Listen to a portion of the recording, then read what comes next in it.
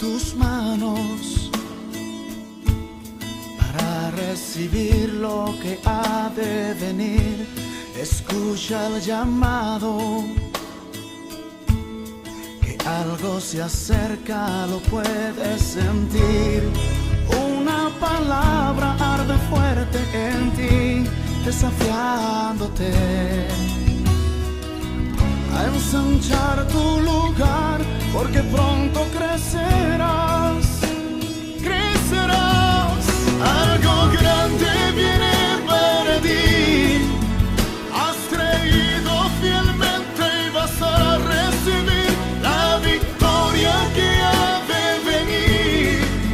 Nada te impedirá levantarte y volar más allá y tomar el lugar donde Dios te pondrá, y verás que es realidad. Si Dios prometió, Él lo hará. Algo grande vendrá.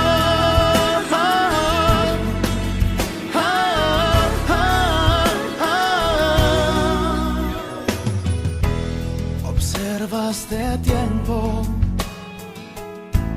es cuando más fuerte Dios quiere obrar. Él está buscando gente que anhele al mundo impactar. Esa palabra arde fuerte en ti, desafiándote a ensanchar tu lugar, porque pronto crecerás, crecerás. Algo grande viene para ti. Has creído fielmente y vas a recibir la victoria que ha de venir. Nada te impedirá levantarte y volar más allá y tomar el lugar donde Dios te pondrá, y verás que es realidad.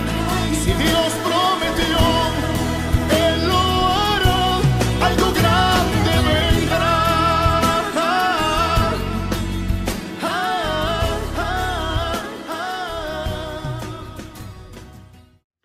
Dios te bendiga. Es un placer volvernos a conectar, volvernos a encontrar en este Día del Señor. Tú sabes que aquí en Norteamérica se celebra el tradicional Día de las Madres, el segundo domingo del mes de mayo. Y por eso queremos felicitar a todas las madres donde quiera que estén. Este es su día. Que el Señor les bendiga y de una manera especial sus hijos, sus amados, honren toda la devoción, el amor de ustedes, reconozcan todos sus sacrificios, y que de una manera especial ustedes sientan la bendición de Dios. Es un gozo, un privilegio poderles felicitar en esta mañana. Hoy vamos a hablar acerca de la fe.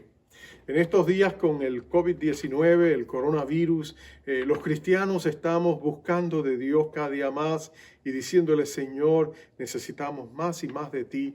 Queremos tener una fe más robusta, una fe más fuerte, una fe que, aunque sea tan pequeña como un granito de mostaza, mueva las montañas más pesadas por el poder de Dios. Y por eso queremos hablar de la fe, su naturaleza, su carácter. Vamos a hacerlo. Hay un pasaje muy especial que se encuentra en Primera de Reyes, capítulo 17, donde habla de Elías, el gran creyente, hombre de fe, que creemos nos va a inspirar en este día. Así que yo te invito a buscar Primera de Reyes, capítulo 17, y vamos a leer acerca del encuentro de Elías con esta viuda humilde que estaba en carencia, y que ella también va a descubrir la grandeza de lo que es caminar por fe en el todopoderoso Dios. Primera de Reyes, capítulo 17, y vamos a leer ese corto pasaje de lo que el encuentro de ellos, empezando en el verso 8 y terminando el verso 16. Primera de Reyes 17, 8 al 16. Dice así la palabra de nuestro Dios. Hablando de Elías, dice: vino luego a él palabra de Jehová diciendo: levántate, vete a Sarepta de Sidón y mora allí. He aquí yo he dado orden allí a una mujer viuda que te sustente. Entonces él se levantó y se fue a Sarepta, y cuando llegó a la puerta de la ciudad, he aquí una mujer viuda que estaba allí recogiendo leña, y él la llamó y le dijo: te ruego que me traigas un poco de agua en un vaso para que beba. Y yendo ella para traérsela, él la volvió a llamar y le dijo: te ruego que me traigas también un bocado de pan en tu mano. Y ella respondió: vive Jehová tu Dios, que no tengo pan cocido, solamente un puñado de harina tengo en la tinaja y un poco de aceite en una vasija, y ahora recogía 2 leños para entrar y prepararlo para mí, para mi hijo, para que lo comamos y nos dejemos morir. Y Elías le dijo: no tengas temor, ve, haz como has dicho, pero hazme a mí primero de ello una pequeña torta cocida debajo de la ceniza y tráemela, y después harás para ti y para tu hijo. Porque Jehová Dios de Israel ha dicho así: la harina de la tinaja no escaseará, ni el aceite de la vasija disminuirá, hasta el día que Jehová haga llover sobre la faz de la tierra. Entonces ella fue e hizo como le dijo Elías, y comió él y ella y su casa muchos días. Y la harina de la tinaja no escaseó, ni el aceite de la vasija menguó, conforme a la palabra que Jehová había dicho por Elías. Padre, una vez más venimos a tu trono de gracia, en el nombre glorioso del Señor Jesucristo, y te pedimos: habla nuestros corazones, fortalece nuestra fe, invigoriza nuestro espíritu, que en medio de todo el mal que nos rodea, Señor, tú eches aliento a la llama de fe que has puesto en nuestros corazones, para que nosotros podamos caminar contigo y en medio de la densa oscuridad que nos rodea, ver dónde caminamos y tener la luz que alumbrará nuestro paso. Exalta a Jesús en nuestras vidas hoy. Te lo pedimos todo en su bendito nombre. En el nombre de Cristo. Amén, amén y amén. La fe. La fe es el puente que conecta el mundo material en que vivimos, el mundo de nuestros sentidos, con el mundo espiritual. Y si somos creyentes en Cristo, con esa realidad espiritual y toda esa herencia espiritual que Dios ha establecido en Cristo para que nosotros como sus hijos podamos caminar en ella por medio de la fe. El problema es que nosotros luchamos porque nosotros quisiéramos usar el mundo material y de alguna manera traer el mundo espiritual y que sea absorbido por el mundo material, porque nosotros nos sentimos más cómodos caminando por vista que caminando por fe. El problema es este: el mundo material es limitado, es finito, es frágil, es vulnerable, lo estamos viviendo ahora, ¿no es cierto? Pero el mundo espiritual, el mundo donde Dios reside, es ilimitado, es infinito, es totalmente incontaminado, incorruptible, es un mundo mucho más glorioso, más grandioso y mucho más amplio que nuestro pequeño mundo material, que la tierra es una motita de polvo en el espacio sideral. Es imposible para nosotros absorber el mundo espiritual y hacer que se conforme a nuestra manera de vivir. Por eso es imposible. Sería como si nosotros tratáramos de meter un elefante, una montaña, una estrella debajo de un microscopio. Es absolutamente imposible. Jesús se lo dijo a Nicodemo. Cuando Jesús le dijo a Nicodemo: tienes que nacer de nuevo. ¿Te acuerdas que Nicodemo quiso traer esa verdad espiritual y tratar de absorberla con el mundo material? Le dijo: ¿pero qué quiere decir eso? ¿Quiere decir que yo tengo que volver a entrar en el vientre de mi madre y volver a nacer? Él no entendía que el mundo espiritual es mucho más amplio y se necesita una revelación divina para poder entender todo lo que Dios nos ha dicho. Pero Dios ha determinado que el justo viva por la fe. Y para que el cristiano o el creyente pueda tener un fundamento sólido, una roca sólida donde establecer su fe y establecer el telescopio que nos permite mirar el mundo espiritual y atraerlo a nosotros por medio de esa fe, Él nos ha dado su palabra, la palabra de Dios que permanece para siempre, lo que nos revela acerca de lo que Dios es y lo que ha dicho. Ese es el fundamento donde nosotros podemos basar nuestra fe. Y por eso, sobre ese fundamento, tú y yo podemos vivir la vida que agrada a Dios. Elías era un hombre que caminaba por fe.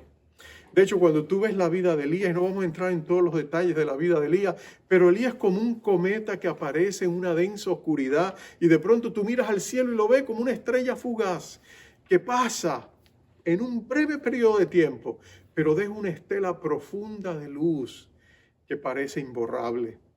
Elías es uno de los grandes profetas del Antiguo Testamento, posiblemente el más grande de todos. Y nota que Elías es un hombre que camina por fe. Sale de la nada, como ese cometa que describía antes, y se presenta ante el rey Acab y le anuncia que por los próximos 3 años va a haber una sequía que va a hacer que toda la nación de Israel caiga de rodillas ante Dios. Israel, por supuesto, con el rey Acab, su esposa Jezabel, que es una de las mujeres más diabólicas que la Biblia menciona, habían conducido a la nación de Israel a un punto que parecía de no regreso. La densa espiritual que había caído, su envolvimiento en el paganismo, en las prácticas esotéricas, en el baalismo, en la adoración de Acera y todos los dioses, Jezabel era realmente una bruja. El pueblo de Israel está confundido y se ha separado del camino de Dios.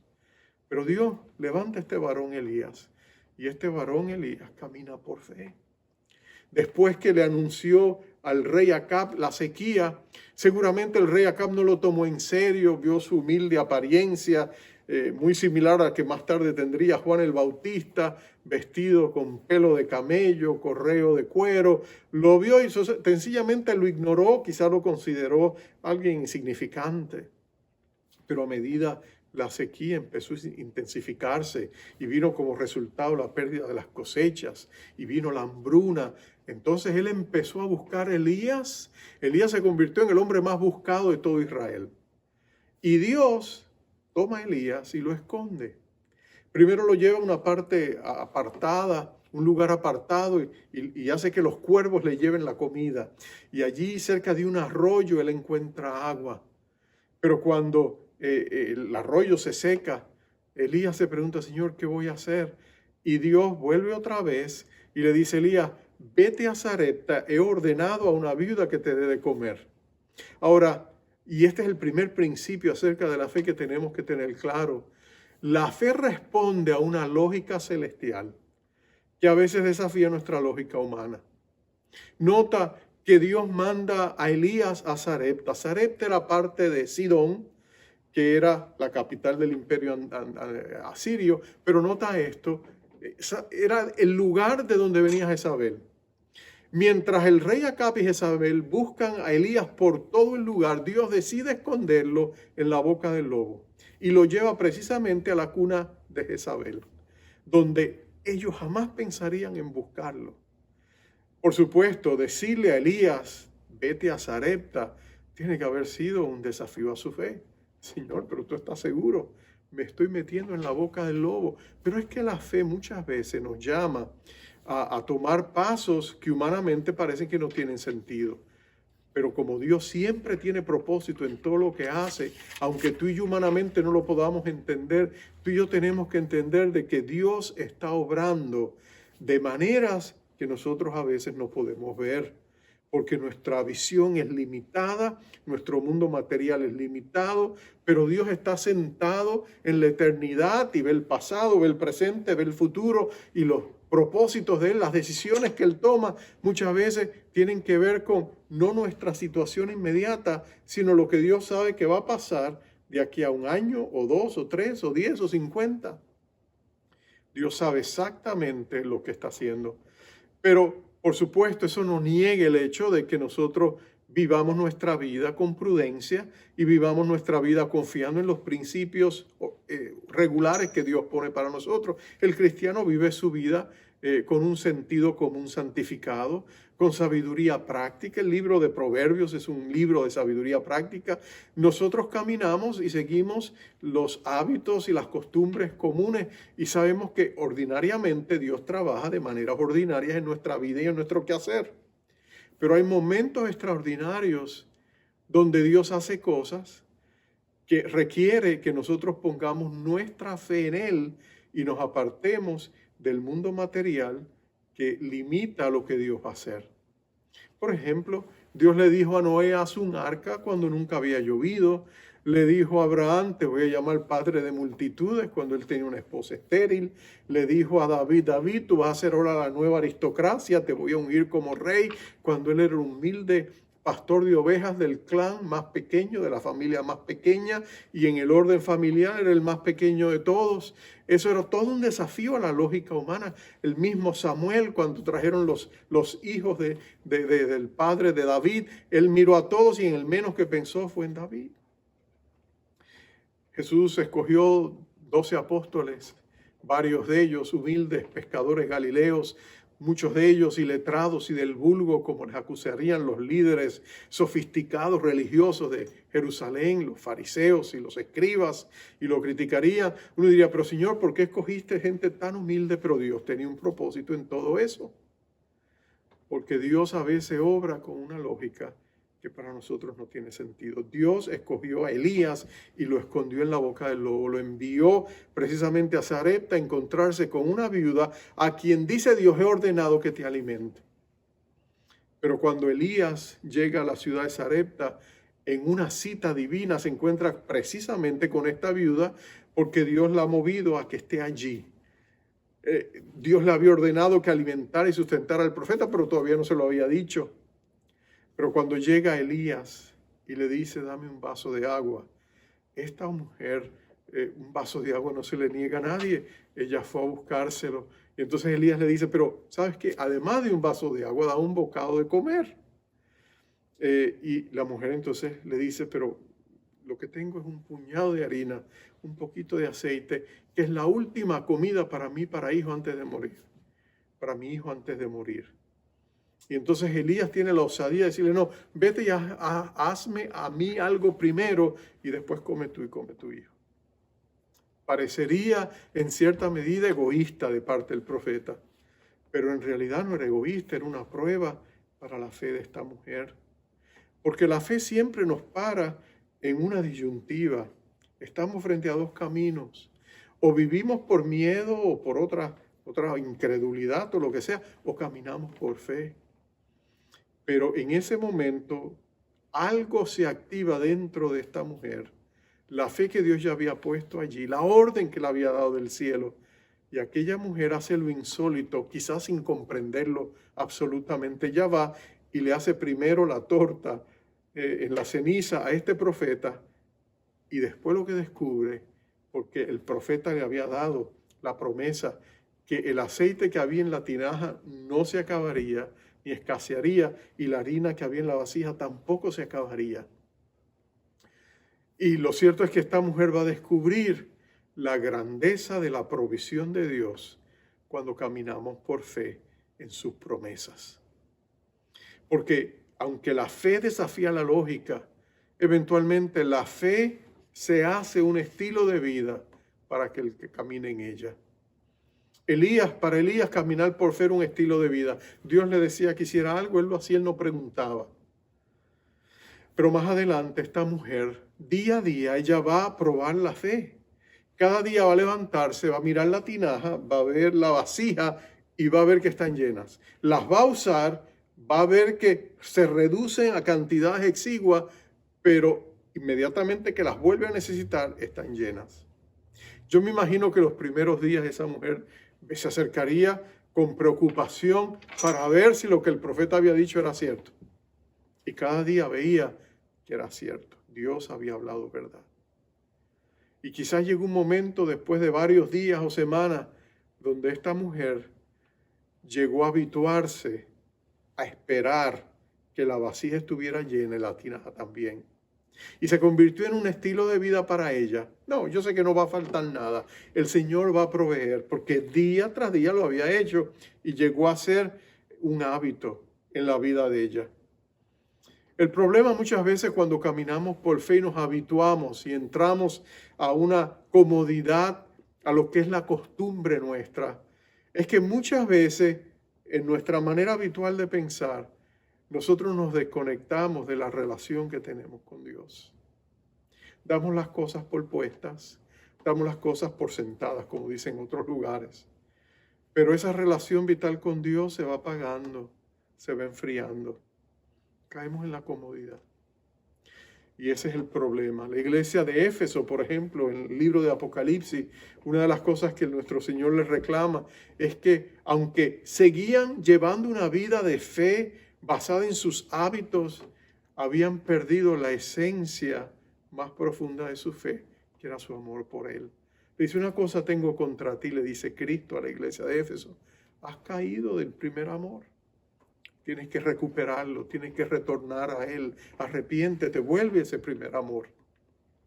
Y a veces lo que Dios permite es que las crisis vengan y nos sacudan, para que nosotros entendamos que en momentos extraordinarios Dios nos está despertando para que volvamos a la fe, para que descubramos la fe que Él nos ha dado. Porque la fe tiene que ser estirada, a veces tiene que ser incrementada, tiene que ser estrechada, tiene que ser profundizada en nuestra vida y en nuestro corazón. Y a veces las crisis nos dan la oportunidad para despertar, volver en sí y venir a Dios. El mundo físico de pronto nos es sacudido, como con el COVID-19, el coronavirus. De pronto lo extraordinario se hace normal, lo anormal se hace el pan de todos los días. Y entonces de pronto en la cuarentena nosotros decimos: Señor, nos ha despertado, vamos a conectarnos contigo. Aunque no leímos el pasaje, el capítulo termina hablando de una crisis que esta viuda confronta. Por un lado, nota que ella había albergado al profeta en su casa. De ser un desconocido, un extraño, ya le había abierto las puertas porque había visto que Dios estaba con él. Y entonces ella permite eso, pero de pronto viene una crisis y la sacude. Su hijo amado se enferma y muere. Y ella inmediatamente entra en una crisis emocional. Ella viene ante el profeta y le reclama. Ella inmediatamente se ofusca en su pasado. Ella empieza a recriminarse ella misma por su pasado. Seguramente que Dios la está castigando y todo esto es un castigo de Dios. Pero notas que no era así. No era un castigo, era una oportunidad para Dios revelarse de una manera más poderosa, para Dios revelarse de una manera más gloriosa, para Dios mostrarle a esta humilde mujer que su fe tenía que crecer, no podía quedarse donde estaba, que aunque se había convertido en un estilo de vida, Dios todavía quería algo mucho más grandioso y poderoso para ella. Dios quería desplegar en su vida el gran poder de Dios. Y ella va donde Elías, y Elías va y toma al niño en sus brazos y ora y clama delante de Dios, y Dios le retorna la vida al niño, lo resucita. Y él trae al niño y se lo entrega a la madre. Oh, qué gloriosa escena tiene que haber sido. Me recuerdo la escena del Nuevo Testamento cuando Jesús detiene un sepelio funeral de una viuda en una ciudad pequeña llamada Naín. Una ciudad espléndida, hermosa, en una mañana primaveral, posiblemente en abril, se encuentran dos comitivas. Jesús viene con sus discípulos llenos de gozo, alabando a Dios, y de pronto se encuentra con esta comitiva fúnebre. Y allí hay un joven, el único hijo de una viuda que ha muerto. Y la mujer llora desconsoladamente. Y Jesús se acerca a ella y levanta al hijo y se lo entrega a su madre. Nadie como Jesús para mostrar su compasión en los momentos de crisis. Nota que nosotros estamos viviendo momentos de crisis. Alrededor nuestro hemos sentido la pérdida de seres amados. No sé dónde tú estás y me escuchas, pero en la ciudad de Nueva York nosotros hemos pasado días aciagos. Miles de personas han muerto en nuestra ciudad, hospitales han estado en situaciones críticas, nuestras iglesias, algunas han sido decimadas, pastores, siervos de Dios han partido con el Señor en muchas iglesias. Y en medio de todo esto hemos buscado a Dios y le hemos dicho: Señor, necesitamos de ti, ¿qué está pasando? Y el Espíritu de Dios está hablando y Dios está preparando a su iglesia. Y esta crisis ha sido solo una oportunidad para Dios sacarnos de la comodidad y acercarnos a Él de manera más profunda. Casi a diario hablo con personas que han tenido un encuentro con el Señor, han conocido a Cristo quizás por primera vez, se han reconciliado con el Señor, han entregado sus vidas a Jesús. Casi todos los días hablo con alguien o me entero de alguien y veo que Dios ha estado obrando en medio de la densa oscuridad que nos rodea. Pero ¿sabes lo que sentimos que el Espíritu nos está diciendo? Y a la iglesia, lo que nos está diciendo es que Dios no quiere restaurar la iglesia. Dios quiere renovar la iglesia. Y eso es sumamente importante, porque cuando tú restauras algo, tú lo devuelves a su gloria pasada. Por ejemplo, aquí en Nueva York y en otros lugares, en Estados Unidos, hay grandes casas y edificios que tienen un gran valor histórico, se consideran monumentos históricos. Y entonces cuando hay ciertos principios y regulaciones que cada ciudad impone para que cuando haya que restaurar estos edificios, ellos solo pueden restaurarlo a la gloria que antes tenía. Devolverlo a cómo se veía cuando se hizo. No lo pueden renovar, solo lo pueden restaurar. Bueno, como una obra de arte se restaura su gloria pasada. Pero eso no es lo que Dios quiere hacer con su iglesia. Dios no quiere que volvamos a lo mismo de siempre. Yo sé que en el corazón de todas las iglesias en nuestra ciudad y en otros lugares de este país y del mundo entero hay ese gran deseo de volver otra vez a reunirnos, estar juntos otra vez, tener el compañerismo, la coinonía, adorar juntos al Señor, volver a estar una vez como la familia espiritual que somos. Pero yo te digo y te insto de todo corazón que nuestro deseo no sea volver a lo mismo de siempre, que sea que Dios haga algo nuevo, espléndido, glorioso en nuestras vidas y que nos prepare para nuevas realidades espirituales. Hablamos y oramos por un gran avivamiento. Creemos que Dios va a traer un gran avivamiento y va a sacudir a las naciones del mundo y millones de personas vendrán a los pies de Cristo y lo está haciendo en medio de toda esta crisis. Pero anhelamos ese avivamiento. Pero un avivamiento no es para volver a lo mismo de siempre, es para que la vida de Cristo se manifieste en nosotros. No queremos volver al pasado más glorioso de nuestra iglesia. Queremos ir todavía más allá, al pasado glorioso, el ideal de Dios para su iglesia. Muchas veces en Jerusalén, en la iglesia primitiva, ver la iglesia de Dios en su momento más espléndido. Lo que anhelamos es que Dios haga una obra más gloriosa y más profunda en la vida nuestra, en la vida de la iglesia. Ese es el anhelo de tu corazón. Eso es lo que tu corazón desea y anhela. Señor, quiero que hagas algo nuevo en mí. Quiero que hagas algo nuevo y permanente en mí. Señor, queremos entrar al siguiente nivel. No queremos quedarnos donde estamos. Queremos ver la gloria de Dios, aún en medio de tanto dolor. Porque si ese es el anhelo de tu corazón, Dios te lo va a conceder. Aquella humilde y pobre viuda fue enriquecida por medio de la fe. Pero más allá de eso, fue enriquecida espiritualmente. Y en sus momentos de su más grande crisis, ella vio que Dios quiere hacer todavía cosas más gloriosas en nuestra vida y que los problemas y las dificultades a veces son la excusa que Dios usa para presentarnos la oportunidad de creer y ver la gloria de Dios. Mi deseo y oración es que sea así. Y quizás terminamos con esto. La pregunta entonces es, pastor, ¿qué tengo que hacer? Está bien, Dios quiere hacer algo grande. Me quiere usar a mí, yo quiero ser parte de lo que Dios vaya a hacer. Si Él va a avivar nuestra ciudad, nuestro país, donde quiera que estemos, Señor, yo quiero ser parte de eso, pero ¿qué tengo que hacer?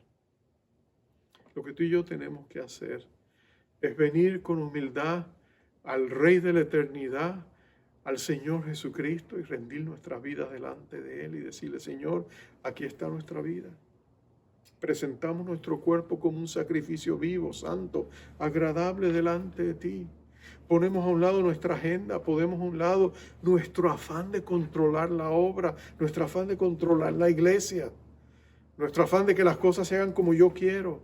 Pastores tenemos que venir delante de Dios y humillarnos. Líderes tenemos que venir delante de Dios y rendirnos y decirle, Señor, tú eres el Señor de tu iglesia.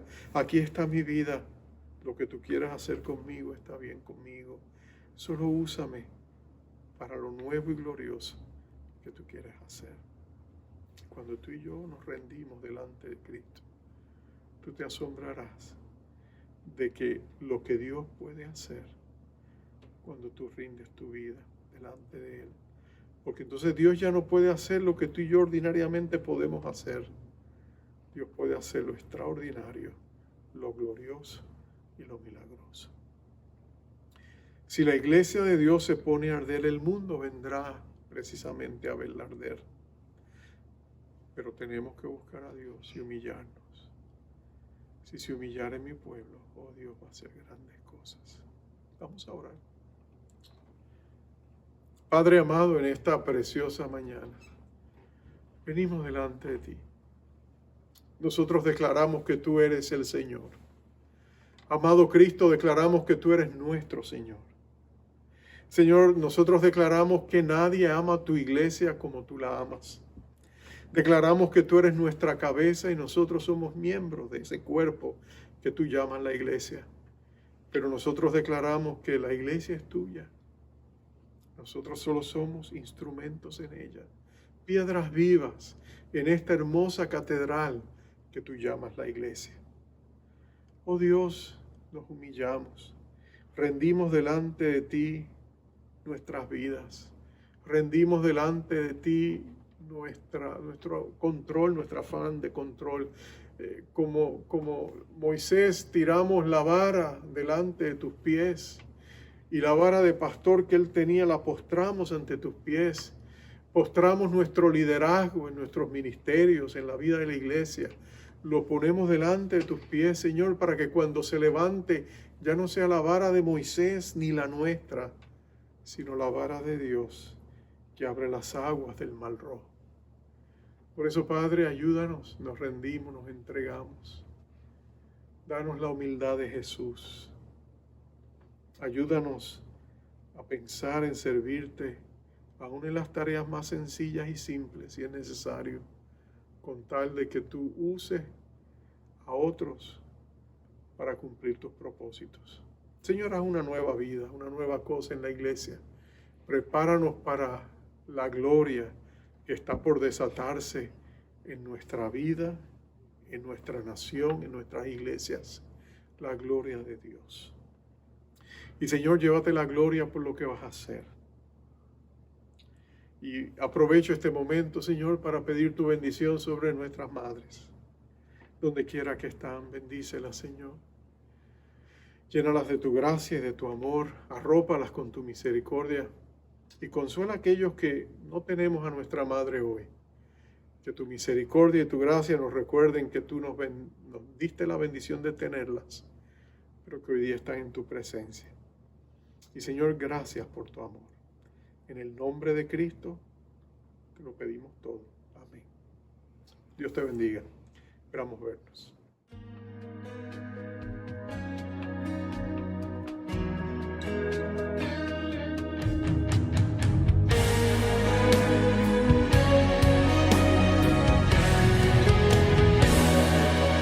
Aférrate a la fe que mueve las montañas, la fe que se abre paso en la multitud y toca el manto de Jesús.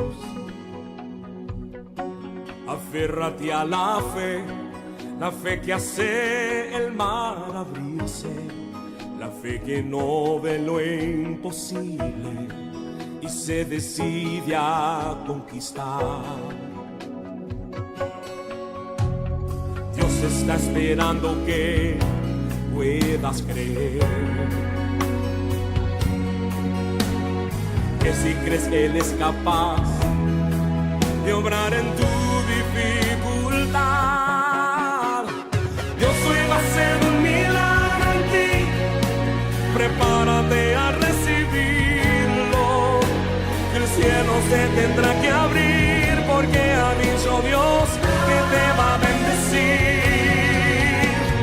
Dios hoy va a hacer un milagro en ti, no dudes, mantente creyendo, que para aquel que cree posible todo es, y hoy un milagro en ti Dios va a hacer.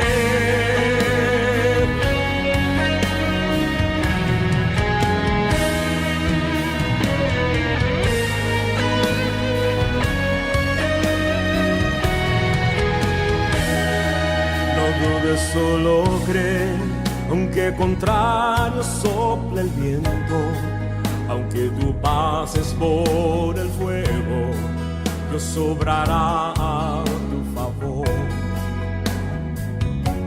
Afiérrate a la fe, remonta el vuelo como águila, y aunque cansada estén tus alas, fuerzas del cielo tú recibirás. Dios está esperando que puedas creer, que si crees que Él es capaz de obrar en tu dificultad, Dios hoy va a hacer un milagro en ti. Prepárate a recibirlo, que el cielo se tendrá que abrir, porque ha dicho Dios que te va a bendecir. Dios hoy va a hacer un milagro en ti. No dudes, mantente creyendo, que para aquel que cree posible todo es. Y hoy un milagro en ti Dios va a hacer.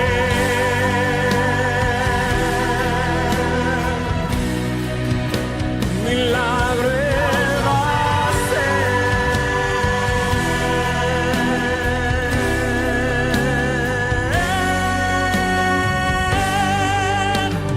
Dios hoy va a hacer un milagro en ti. Prepárate a recibirlo, que el cielo se tendrá que abrir, porque ha dicho Dios que te va a bendecir. Dios hoy va a hacer un milagro en ti. No dudes, mantente creyendo, que para aquel que cree